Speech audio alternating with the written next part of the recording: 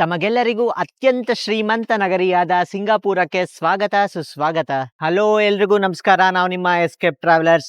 ನಾವು ಕಳೆದ ವಿಡಿಯೋನಲ್ಲಿ ಸಿಂಗಾಪುರ್ಗೆ ಹೇಗೆ ಬಂದ್ವಿ ಮಲೇಷ್ಯಾದಿಂದ ಅಂತ ಸಂಪೂರ್ಣವಾಗಿ ತೋರಿಸಿದ್ವಿ. ಪ್ರಸ್ತುತ ಈ ವಿಡಿಯೋನಲ್ಲಿ ಸಿಂಗಾಪುರ್ನಲ್ಲಿ ನೋಡಲೇಬೇಕಾದ ಸೈಟ್ ಸೀಯಿಂಗಿಗೆ ಹೋಗೋಣ ಅಂತ ಅನ್ಕೊಂಡಿದ್ದೀವಿ. ನಮ್ಮ ಹೋಟೆಲಿಂದ ನಾವು ಮರ್ಲಯಾನ್ಗೆ ಹೋಗ್ತಾ ಇದ್ದೀವಿ. ತುಂಬಾನೇ ವೆಲ್ ಕನೆಕ್ಟೆಡ್ ಇರುತ್ತೆ. ಇಲ್ಲಿ ಎಲ್ಲ ಬಸ್ಸಸ್ ಇರುತ್ತೆ, ಹಾಗೆ MRT ಇರುತ್ತೆ. ತುಂಬಾನೇ ಈಸಿ ಇಲ್ಲಿ ಓಡಾಡೋದು. ನಾವಿವಾಗ ಬಸ್ನಲ್ಲಿ ಹೋಗ್ಬೇಕು ಅಂತ ಅನ್ಕೊಂಡಿದೀವಿ. ನಿಮ್ಗೆ ಬಸ್ ಜರ್ನಿ ತೋರಿಸ್ತೀನಿ. ಅದಾದ ನಂತರ ನಾವು ಮರ್ಲಯನ್ಗೆ ಹೋಗ್ತಾ ಇದೀವಿ. ನೀವೇನಾದ್ರೂ ನಮ್ಮ ಹಳೆಯ ವಿಡಿಯೋ ನೋಡಿದ್ರೆ ನಿಮಗೆ ಗೊತ್ತಿರುತ್ತೆ, ನಾವು ಲಿಟಲ್ ಇಂಡಿಯಾನಲ್ಲೇ ಸ್ಟೇ ಮಾಡ್ತಿರೋದು. ಈ ಲಿಟಲ್ ಇಂಡಿಯಾ ಇಂದ ನಮಗೆ ವೆಲ್ ಕನೆಕ್ಟಿವಿಟಿ ಇರುತ್ತೆ ಅಂತ ಹೇಳ್ಬೋದು. ನಿಮಗೆ ಲಿಟಲ್ ಇಂಡಿಯಾ ಒಂದೇ ಅಲ್ಲ, ನೀವು ಸಿಂಗಾಪುರ್ನಲ್ಲಿ ಯಾವುದೇ ಜಾಗದಲ್ಲಿದ್ರು ತುಂಬಾ ಈಸಿಯಾಗಿ ಒಂದ್ ಕಡೆಯಿಂದ ಇನ್ನೊಂದ್ ಕಡೆಗೆ ಹೋಗ್ಬೋದು. ಆಲ್ಮೋಸ್ಟ್ ಎವರಿ 500 ಮೀಟರ್ಸ್ಗೆ ಒಂದು ಮೆಟ್ರೋ ಸ್ಟೇಷನ್ ನಿಮಗೆ ಸಿಗುತ್ತೆ. ಇನ್ನು ಈ ಬಸ್ನಲ್ಲಿ ನೀವು ಪೇ ಮಾಡೋ ಹಾಗಿಲ್ಲ. ನಾವು ಮೆಟ್ರೋ ಕಾರ್ಡ್ ಇದೆಯಲ್ಲ, ಆ ಮೆಟ್ರೋ ಕಾರ್ಡ್ ಮುಖಾಂತರನೇ ಪೇ ಮಾಡಬೇಕಾಗತ್ತೆ. ಅದಕ್ಕೆ ನೀವು ಆ ಕಾರ್ಡ್ ತೆಗೆದುಕೊಂಡ್ರೆ ಎಲ್ಲಾ ಟ್ರಾನ್ಸ್ಪೋರ್ಟ್ ಅಲ್ಲೂ ಅದನ್ನೇ ಯೂಸ್ ಮಾಡಬಹುದಾಗಿರುತ್ತೆ. ಈ ಜರ್ನಿ ಕಾಸ್ಟ್ ಬಂದ್ಬಿಟ್ಟು ನಮಗೆ ಸಿಂಗಾಪುರ್ $1 ಆಗಿರುತ್ತೆ, ಅಂದ್ರೆ 75 ರೂಪಾಯಿ ಆಗಿರುತ್ತೆ. ಈಗ ನಾವು ಬಸ್ ನಲ್ಲಿ ಹೋಗ್ತಾ ಇದ್ದೀವಿ. ನಿಮ್ಗೆ ಬಸ್ಸಸ್ ಬೇಕು ಅಂದ್ರೆ ಜಸ್ಟ್ ಗೂಗಲ್ ಮ್ಯಾಪ್ಸ್ ನ ಉಪಯೋಗಿಸಿದ್ರೆ ಸಾಕು. ನೀವು ಗೂಗಲ್ ಮ್ಯಾಪ್ಸ್ ನಲ್ಲಿ ಯಾವ ಲೊಕೇಶನ್ ಇಂದ ಯಾವ ಲೊಕೇಶನ್ ಹೋಗ್ಬೇಕು ಅಂತ ಮೆನ್ಷನ್ ಮಾಡಿದ್ರೆ ಸಾಕು, ಅದೇ ನಿಯರೆಸ್ಟ್ ಬಸ್ ಸ್ಟಾಪ್ ತೋರಿಸುತ್ತೆ. ಹಾಗೆ ಅದೇ ಟೈಮಿಗೆ ಕರೆಕ್ಟ್ ಆಗಿ ಬಸ್ ಕೂಡ ತೋರಿಸುತ್ತೆ, ಬಸ್ ನಂಬರ್ ಕೂಡ ತೋರಿಸುತ್ತೆ. ಈಗ ನಾವು 1:30 ಬಸ್ ಹತ್ತಿದೀವಿ. ಕರೆಕ್ಟ್ ಆಗಿ 1:30 ಅಂತ ತೋರಿಸ್ತು. ಅದೇ ಬಸ್ಸಿಗೆ ಹತ್ತಿದೀವಿ. ಸೇಮ್ ಟೈಮಿಗೆ ಕರೆಕ್ಟ್ ಆಗಿ ಡೆಸ್ಟಿನೇಷನ್ ರೀಚ್ ಆಗ್ತಿದ್ದೀವಿ. ತುಂಬಾನೇ ಬಸ್ಸಸ್ ಖಾಲಿ ಇರುತ್ತೆ ಇಲ್ಲಿ ನೋಡಿ. ಫುಲ್ ಖಾಲಿನೇ ಇದೆ ಬಸ್ಸು. ತುಂಬಾ ಚೆನ್ನಾಗಿದೆ. ಆಕ್ಚುಲಿ ಸಿಂಗಾಪುರ್ ಸಿಟಿ ಮಾತ್ರ ತುಂಬಾನೇ ಬ್ಯೂಟಿಫುಲ್ ಸಿಟಿ ಅಂತ ಹೇಳ್ಬೋದು. ಆಕ್ಚುಲಿ ಇದು ಡಬಲ್ ಡೆಕ್ಕರ್ ಬಸ್ಸು. ಮೇಲ್ಗಡೆ ಮೆಟ್ಲಿದೆ. ನೋಡೋಣ ನಾಳೆ ಏನಾದ್ರು ಅಂದ್ರೆ ಮೇಲಕ್ಕೆ ಹತ್ಕೊಂಡು ಹೋಗ್ತೀವಿ. ಡಬಲ್ ಡೆಕ್ಕರ್ ಬಸ್ ಇದು. ಎಷ್ಟೊಂದು ಖಾಲಿನೇ ಇದೆ. ಆಕ್ಚುಲಿ ನಂಬರ್ ಆಫ್ ಸ್ಟಾಪ್ಸ್ ಕೂಡ ತೋರಿಸುತ್ತೆ. ಜಸ್ಟ್ ಲೈಕ್ ನಿಮ್ಗೆ ಬೆಂಗಳೂರಿನಲ್ಲಿ ಹೇಗೆ ಗೂಗಲ್ ಮ್ಯಾಪ್ಸ್ ಯೂಸ್ ಮಾಡ್ತಿರೋ ಇಲ್ಲಿ ಆರಾಮಾಗಿ ಯೂಸ್ ಮಾಡಬಹುದು. ಇನ್ನ ಸಿಮ್ ಕಾಸ್ಟ್ ಬಂದ್ಬಿಟ್ಟು ನಮ್ಗೆ $12 ಆಯ್ತು. ಅದು 500 GB ಇರುತ್ತೆ. 30 ಡೇಸ್ ತನಕ ವ್ಯಾಲಿಡಿಟಿ ಇರುತ್ತೆ. 12 GB. ಅದು ಸಿಂಗ್ಟೆಲ್ ಅಂತ ಕಂಪ್ನಿ, ತುಂಬಾನೇ ಚೆನ್ನಾಗಿರುತ್ತೆ ಅದು. ಫೈನಲಿ ನಾವು ಸಿಂಗಾಪುರ್ ಮರ್ಲಯನ್ಗೆ ಬಂದಿದ್ದೀವಿ. ಸಿಂಗಾಪುರ್ ಅಂದ್ರೆ ಕ್ಲೆನ್ಲಿನೆಸ್, ಸಿಂಗಾಪುರ್ ಅಂದ್ರೆ ದೊಡ್ಡ ದೊಡ್ಡ ಕಟ್ಟಡಗಳು, ಸಿಂಗಾಪುರ್ ಅಂದ್ರೆ ಡಿಸಿಪ್ಲಿನ್, ಸಿಂಗಾಪುರ್ ಅಂದ್ರೆ ಎಲ್ಲದಕ್ಕೂ ಅಂತಾನು ಹೇಳ್ಬೋದು. ಅಷ್ಟು ಅದ್ಭುತವಾದ ಸಿಟಿ. ಮುಂದೆಗಡೆ ನಮಗೆ ಎತ್ತರವಾದ ಕಟ್ಟಡಗಳು ಕಾಣ್ತಿದೆ, ನಿಮ್ಗೆ ತೋರಿಸ್ತೀನಿ ನೋಡಿ.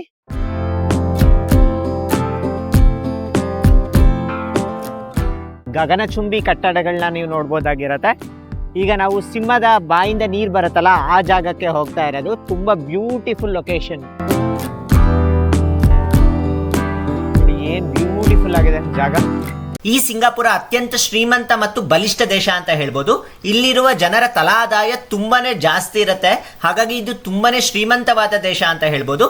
ಇಲ್ಲಿ ನಮಗೆ ಬಂದರು ಇರುವ ಕಾರಣ ಟ್ರಾನ್ಸ್ಪೋರ್ಟೇಷನ್ ಹಬ್ ಅಂತ ಹೇಳ್ಬೋದು ಸಿಂಗಾಪುರವನ್ನ. ಈ ಸಿಂಗಾಪುರದಲ್ಲಿ ಪ್ರಮುಖವಾಗಿ 4 ಭಾಷೆ ಇರುತ್ತೆ. 4 ಅಫಿಷಿಯಲ್ ಲ್ಯಾಂಗ್ವೇಜ್ ಅಂತ ಹೇಳ್ಬೋದು. ಮುಖ್ಯ ಭಾಷೆ ಇಂಗ್ಲಿಷ್ ಆಗಿರುತ್ತೆ. ಹಾಗೆ ರಾಷ್ಟ್ರೀಯ ಭಾಷೆ ಮಲಯ ಅಂದ್ರೆ ನಾವು ಮಲೇಷ್ಯಾದಲ್ಲಿ ಮಾತಾಡ್ತಾರಲ್ಲ ಅದೇ ಲ್ಯಾಂಗ್ವೇಜ್ ಇಲ್ಲಿ ರಾಷ್ಟ್ರೀಯ ಭಾಷೆ ಆಗಿರುತ್ತೆ. ಅದ್ ಬಿಟ್ರೆ ಮ್ಯಾಂಡರಿನ್ ಕೂಡ ಒಂದು ಅಫಿಷಿಯಲ್ ಲ್ಯಾಂಗ್ವೇಜ್ ಅಂತ ಹೇಳ್ಬೋದು. ಈ ಮ್ಯಾಂಡರಿನ್ ಚೈನೀಸ್ ಸಮುದಾಯದವರು ತುಂಬಾ ಜನ ಇರ್ತಾರೆ, ಅವರು ಮ್ಯಾಂಡ್ರಿನ್ ನ ಉಪಯೋಗಿಸ್ತಾರೆ. ಹಾಗೆ ನಮ್ಮ ಭಾರತದ ಒಂದು ಭಾಷೆ ಕೂಡ ಸಿಂಗಾಪುರನಲ್ಲಿ ಅಧಿಕೃತ ಅಂತ ಹೇಳ್ಬೋದು, ಅದೇ ತಮಿಳು ಭಾಷೆ. ಯಾಕಂದ್ರೆ ತಮಿಳುನಾಡಿನಿಂದ ಬಂದವರು ಸಾಕಷ್ಟು ಜನ ಈ ಸಿಂಗಾಪುರದಲ್ಲಿ ನೆಲೆಸಿರ್ತಾರೆ. ಹಾಗಾಗಿ Tamil is the official language ಅಂತ ಹೇಳ್ಬೋದು ಸಿಂಗಾಪುರ್ನಲ್ಲಿ. ಫೈನಲಿ ಮರ್ಲಯನ್ ಹತ್ರ ಬಂದಿದ್ದೀವಿ. ಅಲ್ಲಿ ಮರ್ಲಯನ್ ಕಾಣ್ತಾ ಇದೆ ನೋಡಿ. ನನ್ನ ಹತ್ರ ಕರ್ಕೊಂಡು ಹೋಗಿ ತೋರಿಸ್ತೀನಿ. ಎಲ್ಲ ಪೂರ್ತಿ ಆ ಬಿಲ್ಡಿಂಗ್ಗಳು ನೋಡಿ ಎಷ್ಟು ಅದ್ಭುತವಾಗಿದೆ. ಇನ್ನ ಈ ಸೈಡಿಗೆ ಬಂದ್ರೆ ಅಲ್ಲಿ 3 ಬಿಲ್ಡಿಂಗ್ ಕಾಣ್ತಾ ಇದೆ. ಅದನ್ನ ಮರೀನಾ ಬೇ ಸ್ಯಾಂಡ್ಸ್ ಅಂತ ಕರೀತಾರೆ. 3 ಅತಿ ಎತ್ತರದ ಐಷಾರಾಮಿ ಹೋಟೆಲ್ ಅದು. ಆ ಬಿಲ್ಡಿಂಗ್ ಮೇಲೆ ಬೋಟ್ ಆಕೃತಿನಲ್ಲಿದೆ ನೋಡಿ. ಅದ್ರ ಮೇಲ್ ಕೂಡ ಹೋಗ್ಬೋದು. ಮೇಲ್ಗಡೆ ನಮ್ಗೆ ಸ್ವಿಮ್ಮಿಂಗ್ ಪೂಲ್ ಕೂಡ ಇರುತ್ತೆ. ತುಂಬಾನೇ ಸುಂದರವಾಗಿರುತ್ತೆ. ಇನ್ನೇನು ಸ್ವಲ್ಪ ಹೊತ್ತಾದ ನಂತರ ಲೈಟಿಂಗ್ಸ್ ಆನ್ ಮಾಡ್ತಾರೆ. ಲೈಟಿಂಗ್ಸ್ ಆನ್ ಮಾಡಿದ್ರೆ ಸ್ವರ್ಗದ ರೀತಿನಲ್ಲಿರುತ್ತೆ. ಹಾಗೆ ಇಲ್ಲಿ ನಮ್ಗೆ ಆಪಲ್ ಬಿಲ್ಡಿಂಗ್ ಕೂಡ ಇದೆ, ತುಂಬಾ ಚೆನ್ನಾಗಿದೆ. ಬನ್ನಿ ಹತ್ರಕ್ಕೆ ಹೋಗಿ ತೋರಿಸ್ತೀನಲ್ಲ.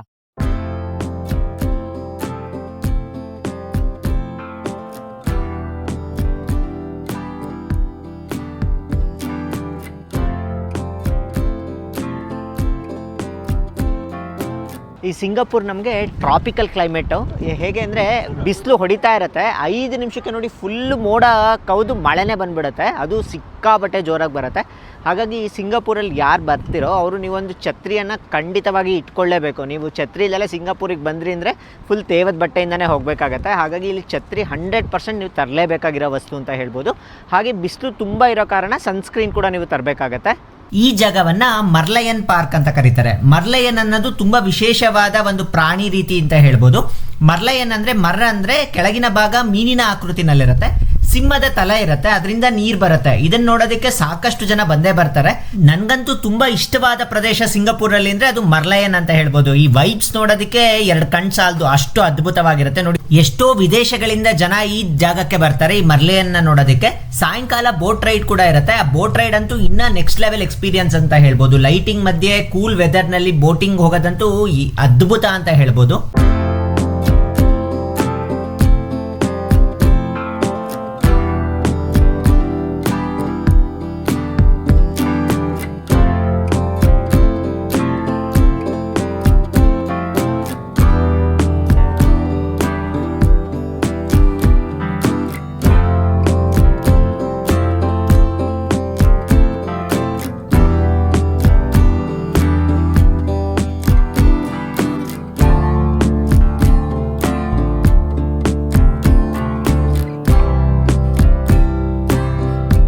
ಇಲ್ಲಿನ ಜನ ಯಾಕೆ ಅಷ್ಟು ಡಿಸಿಪ್ಲಿನ್ಡ್ ಆಗಿರ್ತಾರೆ ಅಂದ್ರೆ ಅದಕ್ಕೆ ಗೌರ್ಮೆಂಟೇ ಕಾರಣ ಅಂತ ಹೇಳ್ಬೋದು. ಒಂದು ಚಿಕ್ಕ ತಪ್ಪು ಮಾಡಿದ್ರು ಹೆವಿ ಫೈನ್ಸ್ ಬೀಳುತ್ತೆ. ಇಲ್ಲಿನ ಕಾನೂನುಗಳು ತುಂಬಾ ಭಯಾನಕವಾಗಿರುತ್ತೆ ಅಂತ ಹೇಳ್ಬೋದು. ನಿಮ್ಗೊಂದು ಜಸ್ಟ್ ಎಕ್ಸಾಂಪಲ್ ಕೊಡ್ತೀನಿ. ಇಲ್ಲಿನ ಜನ ಬಬಲ್ ಗಮ್ ತಂಟೆಗೆ ಹೋಗೋ ಆಗಿಲ್ಲ. ಬಬಲ್ ಗಮ್ ತಿನ್ನೋದಾಗಿರ್ಬೋದು, ಮ್ಯಾನುಫ್ಯಾಕ್ಚರಿಂಗ್ ಆಗಿರ್ಬೋದು, ಕಂಪ್ಲೀಟ್ಲಿ ಬ್ಯಾನ್ ಆಗಿರುತ್ತೆ ಈ ದೇಶದಲ್ಲಿ. ಇನ್ ಕೇಸ್ ಏನಾದ್ರು ಬಬಲ್ ಗಮ್ ತಿನ್ನೋದೇನಾದ್ರು ಸಿಗಾಕೊಂಡ್ರೆ ಅವರಿಗೆ 2,000 ಸಿಂಗಾಪುರ್ ಡಾಲರ್ಸ್ ಫೈನ್ ಬೀಳುತ್ತೆ. 2,000 ರೂಪಾಯಿ ಅಂದ್ರೆ ಬರೋಬ್ಬರಿ 1,50,000 ರೂಪಾಯಿನ ದಂಡ ಕಟ್ಟಬೇಕಾಗತ್ತೆ ಜಸ್ಟ್ ಒಂದು ಬಬಲ್ ಗಮ್ ತಿಂದ್ರೆ. ಎರಡನೇ ಸಲ ಏನಾದ್ರು ಸಿಗಾಕೊಂಡ್ರೆ 20,000 ಸಿಂಗಾಪುರ್ ಡಾಲರ್ಸ್ ನ ಕಟ್ಟಬೇಕಾಗತ್ತೆ, ಅಂದ್ರೆ 15 ಲಕ್ಷ ರೂಪಾಯಿನ ಕಟ್ಟಬೇಕಾಗತ್ತೆ.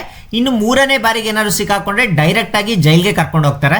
ನಿಮ್ಗೆ ಇಲ್ಲಿ ಅನ್ನಿಸ್ಬೋದು ಇವ್ರಿಗೆ ಯಾಕೆ ಬಬಲ್ ಗಮ್ ಮೇಲೆ ಅಷ್ಟೊಂದು ಕೋಪ ಅಂತ. ಇಲ್ಲಿನ ಜನ ಏನ್ ಮಾಡ್ತಿದ್ರು ಅಂದ್ರೆ ಬಬಲ್ ಗಮ್ ನ ತಿಂದ್ಬಿಟ್ಟು ಅದನ್ನ ಬಸ್ ಅಲ್ಲಿ ಆಗಿರ್ಬೋದು, ಟ್ರೈನ್ ಅಲ್ಲಿ ಆಗಿರ್ಬೋದು, ಅಥವಾ ಮೆಟ್ರೋ ಟ್ರೈನ್ಸ್ ಬರುತ್ತಲ್ಲ ಅದಕ್ಕೆ ಡೋರ್ಗ್ ಆಗಿರ್ಬೋದು, ಅದಕ್ಕೆ ಮೆತ್ತುತ್ತಾ ಇದ್ರಂತೆ. ಸಾಕಷ್ಟು ಪ್ರಾಬ್ಲಮ್ಸ್ ಆಗ್ತಿತ್ತಂತೆ. 5 ಬಿಲಿಯನ್ ಖರ್ಚು ಮಾಡ್ಬಿಟ್ಟು ಇವರು ಮೆಟ್ರೋ ಟ್ರೈನ್ ನ ಮಾಡಿದ್ರೆ ಅದಕ್ಕೆಲ್ಲ ಬಬಲ್ ಗಮ್ ಎತ್ಕೊಂಡ್ ಬರ್ತಾ ಇದ್ರಂತೆ. ಅದನ್ನ ರಿಮೂವ್ ಮಾಡೋದಕ್ಕೆ ಸಿಕ್ಕಾಪಟ್ಟೆ ಕಷ್ಟ ಆಗ್ತಿತ್ತಂತೆ. ಅದಕ್ಕೆ ಒಂದೇ ಒಂದು ಲಾ ಪಾಸ್ ಮಾಡಿಬಿಟ್ಟು ಬಬಲ್ ಗಮ್ ನ ಕಂಪ್ಲೀಟ್ ಆಗಿ ಬ್ಯಾನ್ ಮಾಡಿಬಿಟ್ರು. ಈಗ ಮರ್ಲಯನ್ ನೋಡಿಕೊಂಡು ನಾವು ಮುಂದೆ ಗಾರ್ಡನ್ಸ್ ಬೈ ದ ಬೇ ಅಂತ ಹೋಗ್ತಾ ಇದ್ದೀವಿ. ಈ ಗಾರ್ಡನ್ಸ್ ಬೈ ದ ಬೇ ಏನು ಅಂದರೆ ಬರೀ ಅದು ಆರ್ಟಿಫಿಷಿಯಲಿ ಕ್ರಿಯೇಟೆಡ್ ಟ್ರೀಸ್, ಅದು ತುಂಬ ಚೆನ್ನಾಗಿರುತ್ತೆ. ಲೈಟಿಂಗ್ ಶೋ ಕೂಡ ಇರುತ್ತೆ. ಈಗಲೇ ಹೋದರೆ ನಾವು ಬೆಳಕಲ್ಲೂ ನೋಡ್ಬೋದು, ಸಾಯಂಕಾಲನೂ ನೋಡ್ಬೋದು ಅಂತ ಈಗ ಗಾರ್ಡನ್ಸ್ ಬೈ ದ ಬೇಗೆ ಹೋಗ್ತಾ ಇದ್ದೀವಿ. ಇಲ್ಲಿಂದ ನಾವು ಮತ್ತೆ ಬಸ್ನಲ್ಲೇ ಹೋಗ್ತಾ ಇದ್ದೀವಿ. ಎಲ್ಲ ಕಡೆದಕ್ಕೆ ಹೋಗೋದಕ್ಕೆ ಸುಮಾರು $1 ಅಥವಾ $2 ಆಗುತ್ತೆ. ಬನ್ನಿ ಇವಾಗ ಗಾರ್ಡನ್ಸ್ ಬೈ ದ ಬೇ ಹೋಗೋಣ ಅಂತ.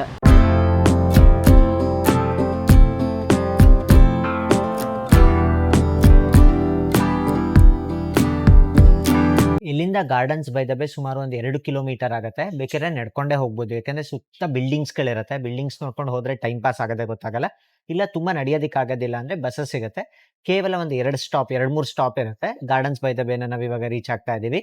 ಮರೀನಾ ಬೇ ಸ್ಯಾಂಡ್ಸ್ ಥಿಯೇಟರ್ ಅಂತ ಇರುತ್ತೆ, ಅಲ್ಲಿಂದ ತುಂಬಾನೇ ಹತ್ರ ಇರುತ್ತೆ ಗಾರ್ಡನ್ಸ್ ಬೈ ದ ಬೇ. ಒಂದು 300 ಮೀಟರ್ಸ್ ನಡ್ಕೊಂಡು ಹೋದ್ರೆ ಗಾರ್ಡನ್ಸ್ ಬೈ ದ ಬೇ ಸಿಗುತ್ತೆ. ನೀವು ಸಿಂಗಾಪುರಿಗೆ ಬರುವಾಗ ಫಿಸಿಕಲ್ ಕರೆನ್ಸಿನೇ ತಗೊಂಡ್ಬರ್ಬೇಕು ಅಂತ ಏನಿಲ್ಲ, ಫಾರೆಕ್ಸ್ ಕಾರ್ಡ್ ತಗೊಂಬನ್ನಿ.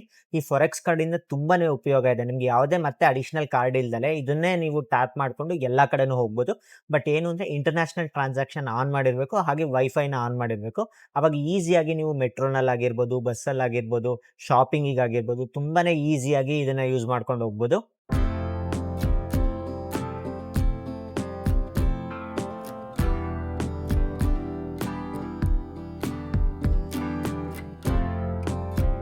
ಒಂದ್ ರೌಂಡ್ ಆಲ್ರೆಡಿ ಮಳೆ ಬಿದ್ದಿದೆ, ಫುಲ್ ತಂಪಾಗಿದೆ. ಇಲ್ಲಾಂದ್ರೆ ತುಂಬಾ ಹ್ಯೂಮಿಡ್ ತರ ಇರುತ್ತೆ, ಯಾಕಂದ್ರೆ ಇದು ಸಮುದ್ರ ತೀರದಲ್ಲೇ ಇದೆಯಲ್ಲ, ಪೂರ್ತಿ ಸಮುದ್ರ.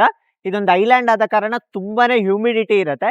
ಇವಾಗ ಮಳೆ ಬಿದ್ದಿದ್ದಕ್ಕೆ ತುಂಬಾನೇ ಕೂಲ್ ಆಗಿದೆ ಅಂತ ಹೇಳ್ಬೋದು. ನೀವು ಸಾಯಂಕಾಲ ಗಾರ್ಡನ್ಸ್ ಬೈ ದ ಬೇಗೆ ಬಂದ್ರೆ ಬೆಳಗಿನ ವ್ಯೂನು ನೋಡ್ಬೋದಾಗಿರುತ್ತೆ, ಹಾಗೆ ಲೈಟ್ ಶೋನು ನೋಡ್ಬೋದಾಗಿರುತ್ತೆ. ನಿಮ್ಗೆ 2 in 1 ಆಗುತ್ತೆ. ಹಾಗಾಗಿ ನೀವು ಗಾರ್ಡನ್ಸ್ ಬೈ ದ ಬೇ ಪ್ಲಾನ್ ಮಾಡುವಾಗ ಸಾಯಂಕಾಲ ಪ್ಲಾನ್ ಮಾಡಿ, ತುಂಬಾನೇ ಚೆನ್ನಾಗಿರುತ್ತೆ. ಇಲ್ಲಿ ಸಿಂಗಾಪುರ್ದು ಇನ್ನೊಂದು ಅಡ್ವಾಂಟೇಜ್ ಏನ್ ಗೊತ್ತಾ, ಎಲ್ಲ ಫ್ರೀ ಅಟ್ರಾಕ್ಷನ್ಸ್ ಇರುತ್ತೆ, ತುಂಬಾನೇ ಫ್ರೀ ಅಟ್ರಾಕ್ಷನ್ಸ್ ಇರುತ್ತೆ.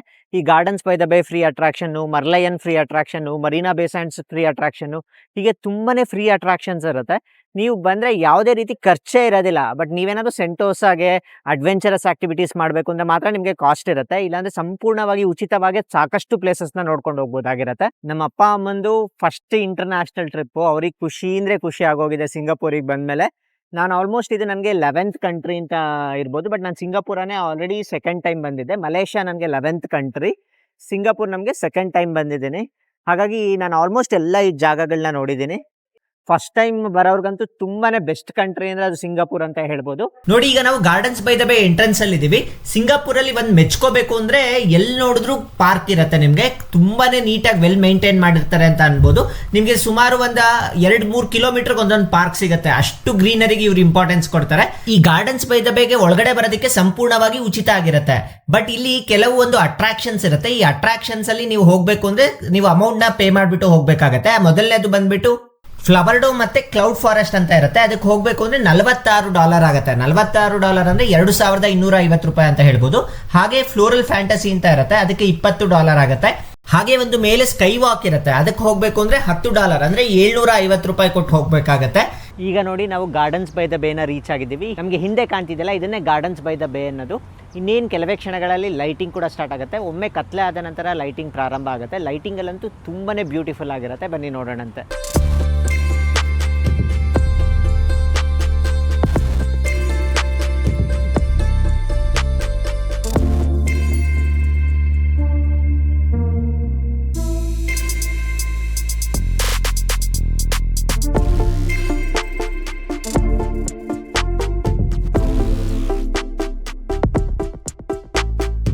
ಇಲ್ಲಿ ನಮಗೆ 2 ಪಾರ್ಕ್ ಇದೆ. ಈಗ ನಿಮ್ಗೆ ಕಾಣಿಸ್ತಿರೋದು ಇದು ಚಿಕ್ಕ ಪಾರ್ಕ್ ಇರುತ್ತೆ.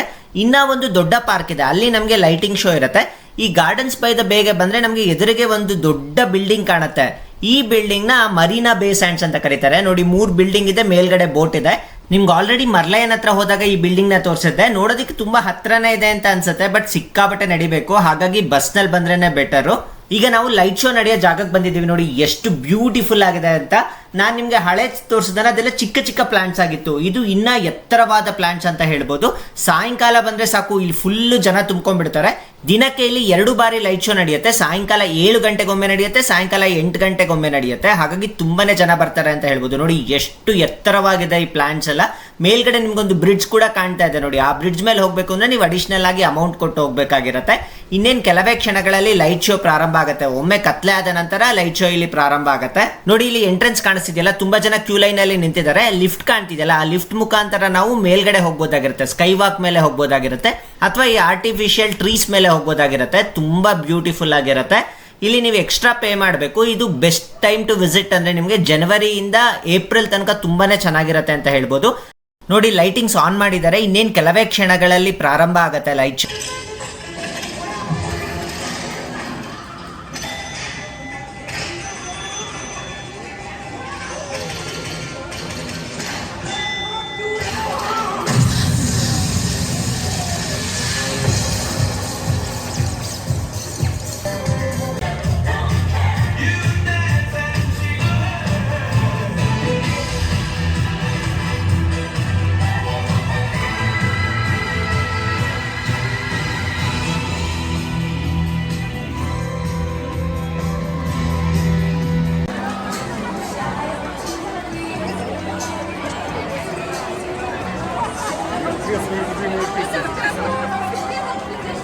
ಫೈನಲಿ ಸಖತ್ತಾಗಿರೋ ಲೈಟ್ ಶೋ ನೋಡಿದ್ವಿ. ನಾನು ನಿಮ್ಗೆ ಆಲ್ರೆಡಿ ಹೇಳಿದೆ, ಸಿಂಗಾಪುರ್ನಲ್ಲಿ ಸಾಕಷ್ಟು ಫ್ರೀ ಅಟ್ರಾಕ್ಷನ್ಸ್ ಇರುತ್ತೆ. ನೀವು ಅಟ್ರಾಕ್ಷನ್ಸ್ಗೆ ಅಮೌಂಟ್ ಕೊಡಬೇಕಾಗಿರೋದೇ ಇಲ್ಲ.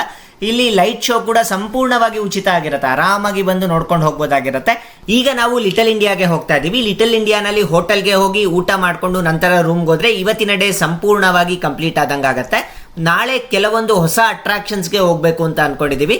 ಮತ್ತೆ ನಾಳಿನ ವಿಡಿಯೋ ಒಂದಿಗೆ ಮತ್ತೆ ಭೇಟಿ ಆಗೋಣ. ಅಲ್ಲಿಯವರೆಗೂ ಎಲ್ಲರಿಗೂ ನಮಸ್ಕಾರ, ಗುಡ್ ಬೈ.